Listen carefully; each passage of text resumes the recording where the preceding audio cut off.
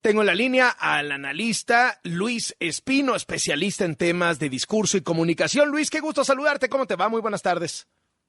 ¿Qué tal, Carlos? Buenas tardes. Gracias por la invitación. ¿Alguna novedad que hayas encontrado en la forma, en el mensaje de este quinto informe de gobierno de esta mañana del presidente López Obrador? No, pues la verdad, afortunadamente, debo decir, nada nuevo, nada novedoso, porque bueno, pues conociendo al presidente y viendo lo que ha pasado en otros años, a estas alturas del sexenio, si se comenzara a poner más creativo, no sé cuál sería el resultado. Pero no, la verdad es que fue un recuento una vez más de lo que pues él considera son los logros históricos de su gobierno, que pues dio para muchos minutos de afirmaciones hipersimplificadas, exageradas, en fin.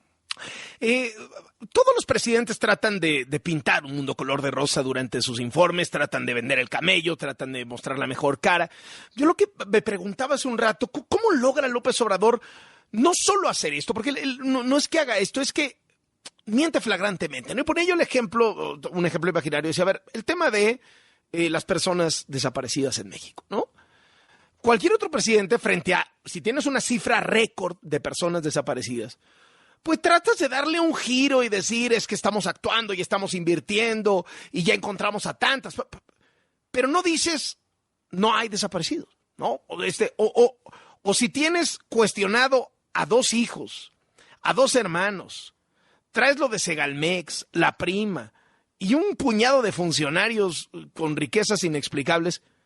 O sea, no sales a decir que no hay corrupción, que ya se acabó la corrupción. O sea, tratas de decir, hay algunas cosas malas, pero hemos trabajado y hemos creado eso. No sé, ¿qué pasa? ¿Por qué este presidente sí es capaz de negar rotundamente la realidad? Bueno, este punto que tocas es muy importante y es bien importante que la gente lo entienda, porque aunque llevamos 5 años escuchando diario al presidente, me parece que todavía no hay un entendimiento compartido de lo que pasa. En los informes de los presidentes anteriores, lo que generalmente, hablo de los presidentes de la era democrática, lo que generalmente se buscaba hacer era persuadir al ciudadano mediante la técnica del spin, que consiste justamente en eso que tú dices, en presentar, enfatizar cifras y acciones más favorables de la gestión, poner en contexto los problemas y desafíos, ofrecer alguna explicación de por qué no hay avances o hay retrocesos en alguna área del gobierno. Se puede discutir si el spin de los presidentes anteriores era sutil, era muy obvio, o si era inútil, o si sí funcionaba. Lo que es claro es que López Obrador va mucho más allá del spin, hace algo completamente distinto. López Obrador lo que hace es usa técnicas de propaganda y en este discurso, como en muchos otros, hay 3 técnicas principales de propaganda que usa el presidente. La primera es la repetición de mensajes hipersimplificados y afirmaciones exageradas e hiperbólicas. Nunca en la historia, el más grande del mundo, antes no se hacía nada, antes nunca se invertía, ahora se invierte en récords históricos y esto pues le sirve para justamente imponer la idea de que él está encabezando una transformación histórica que no tiene que andar rindiéndole cuentas a nadie. Lo segundo es la desinformación, que es lo que tú dices, justamente hacer afirmaciones que no tienen sustento en la realidad, ¿no? Y que al estar repitiéndolas constantemente, lo que logra es, pues, básicamente traicionar el espíritu del informe, que debería ser brindar a la sociedad elementos para que se haga un juicio objetivo de la gestión del gobierno. Y la tercera cosa que él usa es la saturación.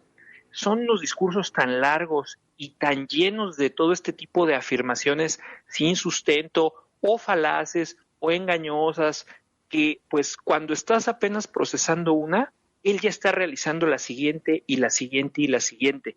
Y entonces pues como audiencia te resulta imposible hacerte una idea racional del valor factual del discurso como un todo. Y entonces, ¿qué haces?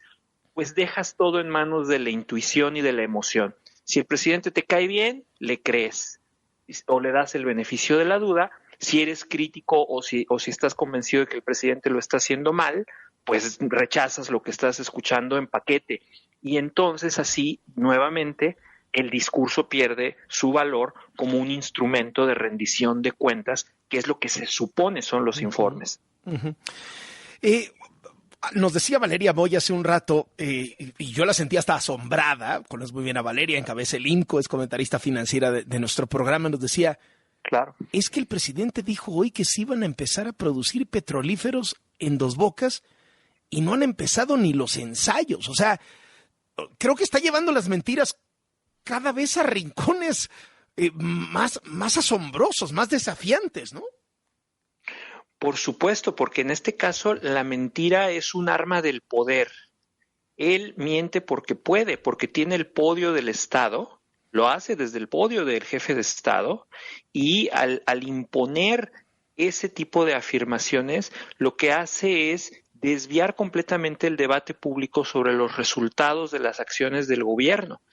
Y empiezan los ciudadanos a tratar, algunos, de encontrar la información para ver si lo que dice es cierto o no, para cuando salen los fact-checkers, como se les llama, a decir si se puede o no producir este petróleo, cuándo se puede empezar a refinar, etcétera, etcétera, pues la mentira del presidente ya pasó por todos los medios de comunicación y ya llegó por las redes sociales a millones de personas. Entonces siempre la verdad va detrás. Así funciona la propaganda, ¿no? Es ahora, muy difícil después aclararlo o desmentirlo. Esta propaganda, digamos que todas estas mentiras caen en terreno fértil porque la gente de pronto dice, ah, caray, pues sí me llegó mi pensión, ah, caray, me llegó mi beca, ah, caray, me llegó tal cosa. Es decir, esta dispersión de recursos que ha sido exitosa en sacar de la pobreza a mucha gente, digamos que le da al presidente esos márgenes para poder mentir así. No, porque lleva mintiendo así desde inicios del sexenio. Okay. Yo te diría tal vez desde la campaña, sí. y antes de que hubiera estos resultados, y no, bueno, es que ese es el poder del discurso populista, justamente, sí. Lo que el presidente le da a la gente, y esto también hay que, bueno, pienso que es algo que hay que tener claro. No es que la engañe o que la gente esté ciega a la realidad y a los problemas. Lo que hoy tiene la gente, por lo menos los que apoyan al presidente, es un relato que coincide con lo que ya creían y pensaban antes. Y ese relato va alineado con sus emociones, sus prejuicios, sus valores y la idea que tienen del país y de por qué está mal el país. Entonces, lo que el presidente les da es una narrativa, una historia que hace que la realidad les sea más fácil de entender, porque es algo que ya tenían en la cabeza. Y en el momento en que él conecta esos puntos en la mente de las personas, logra credibilidad. Si a eso le sumas que el relato pues sí tiene unas piezas que son ciertas, ¿no? O sea, sí, no es que no hubiera corrupción antes, o no es que no hubiera una serie de problemas muy graves antes, en fin, todo lo que ya sabemos que él dice que sí tenía un buen diagnóstico, por decirlo de alguna manera, pues creo que eso le ha venido dando más efectividad al relato. Aceitas este espectáculo con carretadas de recursos públicos, como tú lo dices, y yo creo que ahí pues ya cierras el círculo y tienes un líder que efectivamente puede seguir operando comunicacionalmente de esta forma. Sobre todo, y el resultado más negativo es que elude la discusión real sobre los resultados de todos los programas de gobierno. Luis Espino, qué gusto saludarte y gracias por estar en W Radio. Al contrario, Carlos, gusto de saludarte y un saludo a todo el público. Gracias. Gracias. Luis Espino es especialista en discurso, analista de mensaje y hoy hablando del quinto informe del Observador.